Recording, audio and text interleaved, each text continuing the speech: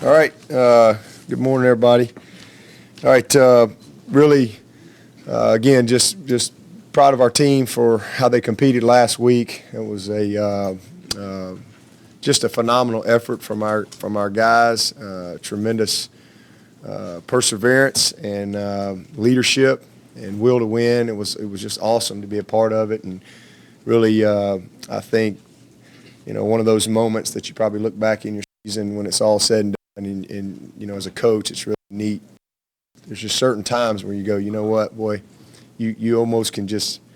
It's like your kids on the growth chart. I used to always have a little growth chart hanging in Clay's room. Take everybody in there and you mark it, and then you'd mark it, and it was just like sometimes you don't really see the growth as quick because you're so close to it. But that was one of those moments where I'm like, man, we really grew as a team, and so just.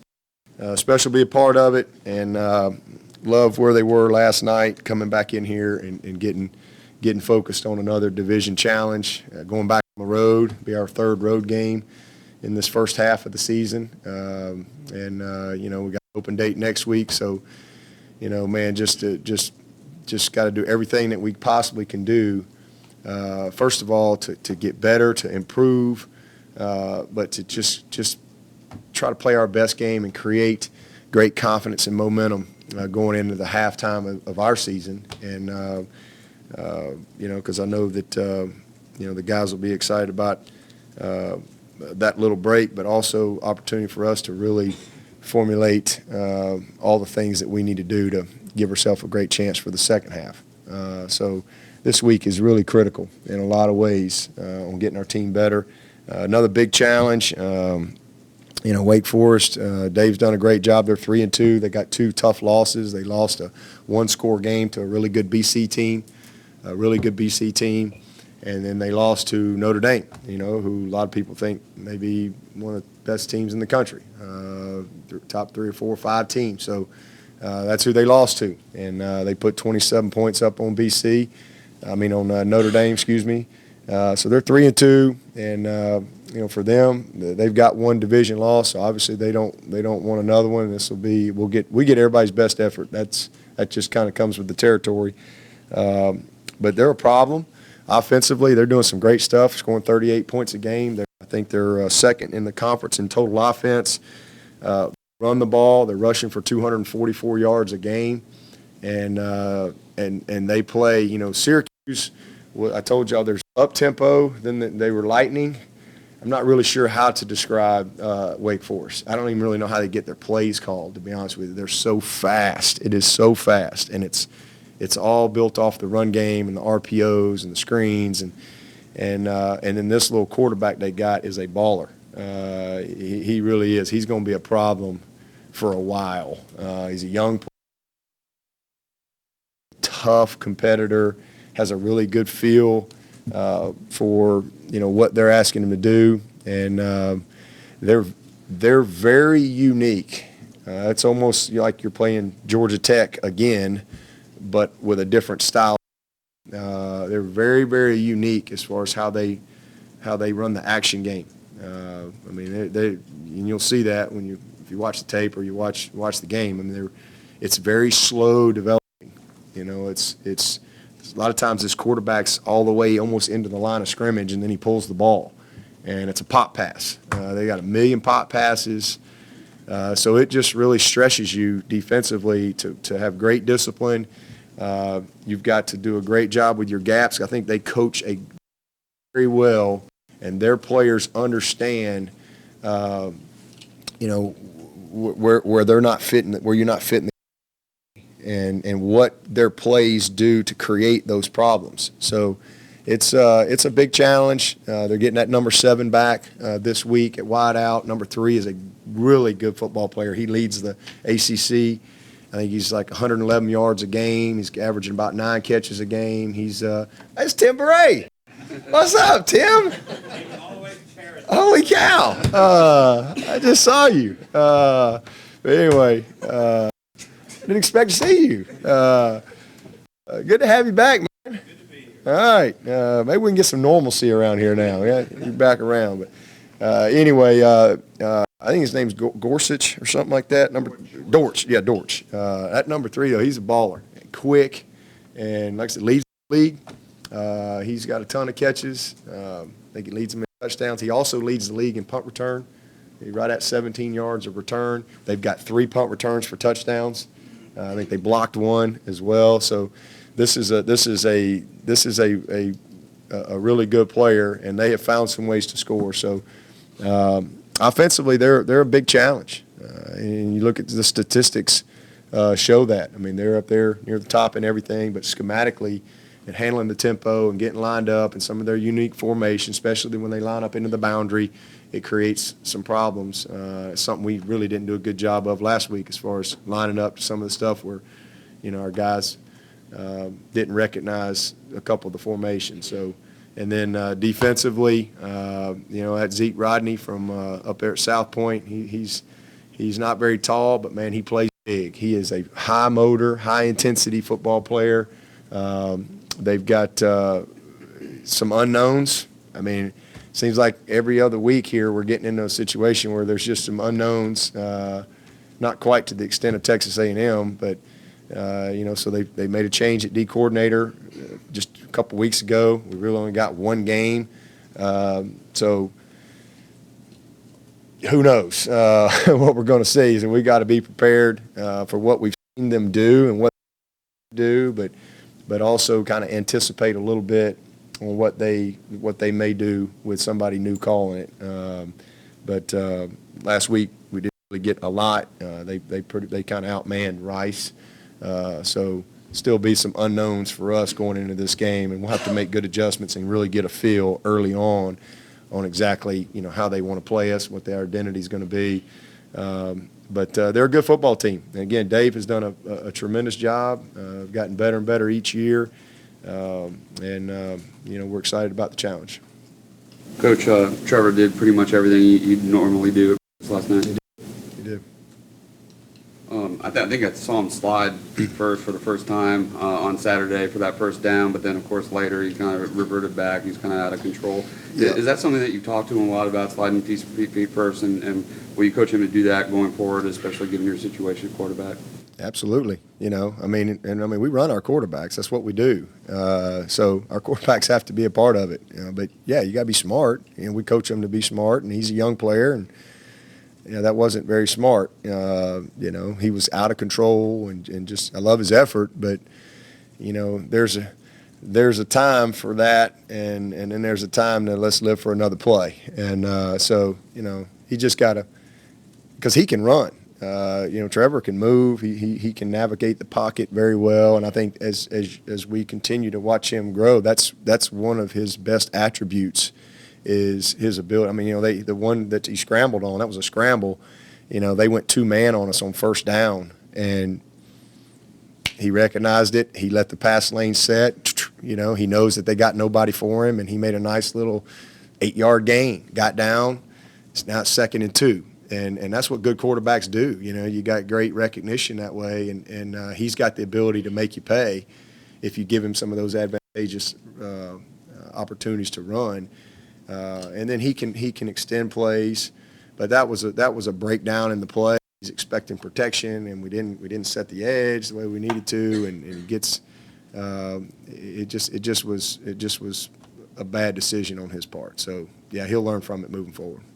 Was it more of a concussion issue or a neck issue after you've had a chance to evaluate? They felt more of a neck issue. It was kind of he got crap knocked out of him, and so I mean it was neck, and like I said, when he had some pain, and they have a whole protocol of all that stuff, and I mean it's you get put in concussion protocol, for anything that creates a symptom. It's just not something that you mess with, and so I mean like I said, told you all the day, he wanted to come back and play the second half, but. There was just don't know. So they did not feel comfortable, especially with the pain he was having in his neck. And but he really responded well after the game, and they put him in the protocol, and they have all there's a metrics or what, I have no idea what they do, but he he was really good that night, Sunday, and then same thing yesterday. Came in and worked out Monday morning, and looked good last night. What was your assessment of how he played before that? Played well. He played well. He was 60-something% completion. I don't remember exactly, but I want to say he was, I don't know, what was he, maybe 10 or 15 or something like that, or maybe a few more attempts than that. But 12 or 17 or something like that. But he had a good game. He missed a couple throws that he would have liked to have had back. I think he was just a little amped up, but he did a nice job. We had the one screw up on the exchange, which was costly. But I think he got good experience and kind of got that first start out of the way too, and all the stuff with that. I think he's in a good spot, and Bryce as well. So it worked out well in the end. Dabo Dortch lines up in the slot, which is going to put a lot of stress on the safeties and the linebackers, and Isaiah Simmons specifically in this game. You guys got a plan for this guy? Yeah, we got a plan. We got to execute the plan. Definitely got a plan, no doubt. But he is a really good player, and especially again, if there's a lot of times that the ball's getting thrown and the quarterback is a yard and a half, 2 yards behind the center. So, and that puts pressure because they're well designed and well schemed, and he'll buy time, and boom, he'll slip you. Because what they're trying to do is create clean throwing lanes for the quarterback, and he's a problem. He's a handful. He's a good player, and they'll move him around. They'll move him around and do different things with him, and they're going to make sure he touches the ball for sure. He's their guy. What's the biggest difference between this Wake Forest team and previous Wake Forest teams? Not much. I mean, the biggest difference is there's some unknowns on the defensive side going into this game because they got a new guy that's calling it, and we've only got, one game against the team that they were just way overmatched against. So that's the biggest unknown. But they are who they are on offense. They believe in what they do. They have an identity. They've recruited well to what they do. They're built to run the ball. That's what they do. I mean, they run the ball and try to action you to death. And so you've just got to do a great job with executing your plan and trying to be disruptive up front. Try to win your matchups against them and leverage the ball because they will try to get outside of you as well. And then you got to play. You got to play man coverage.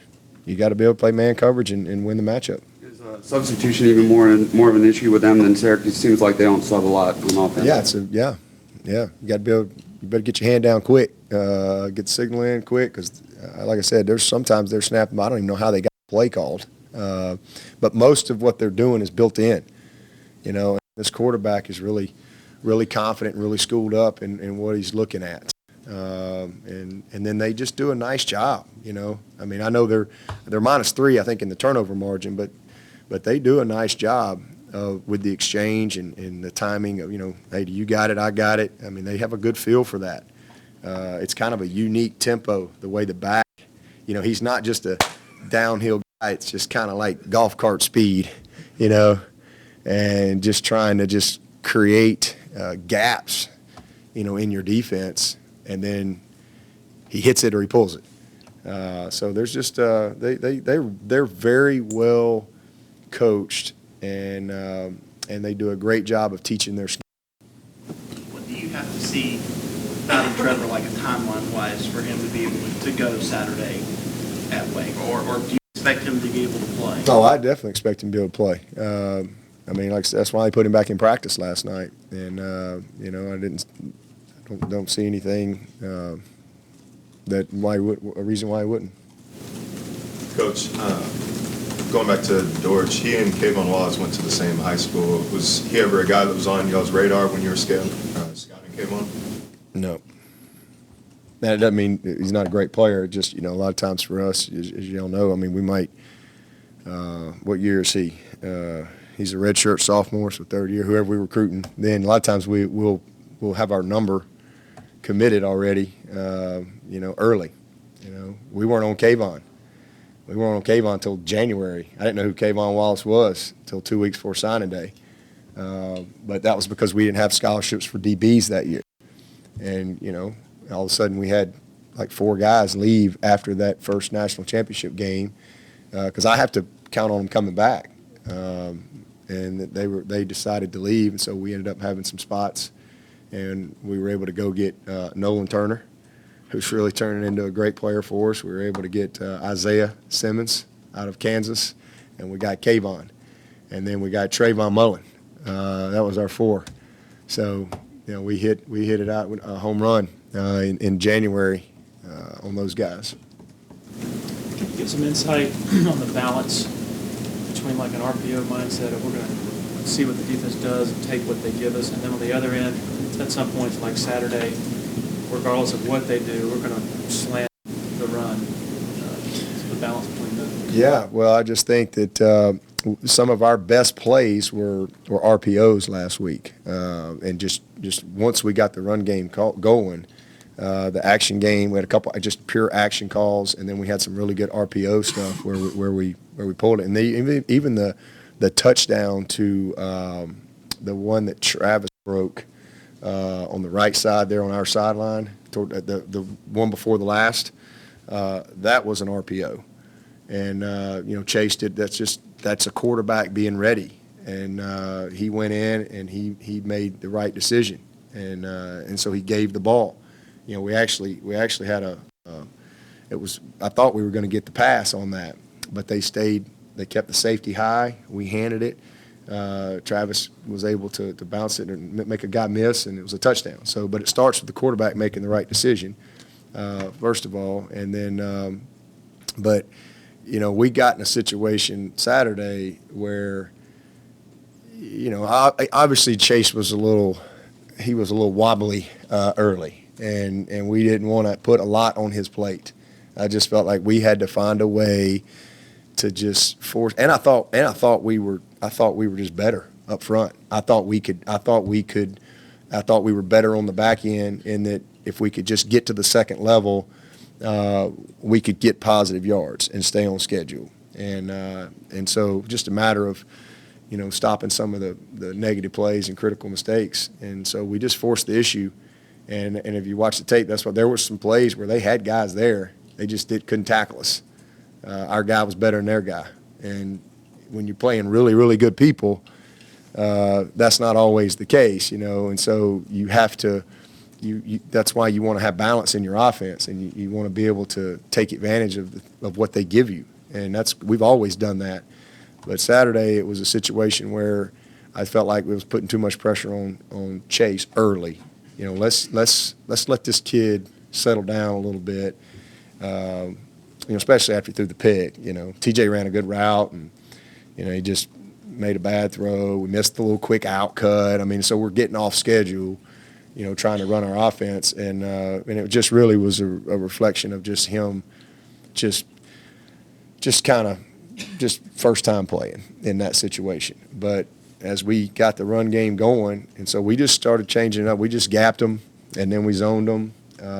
We just kept a good mix going, and our guys did a great job. And we had some really good blocks up front. We had some really good blocks at tight end. We had some really good blocks at wide out.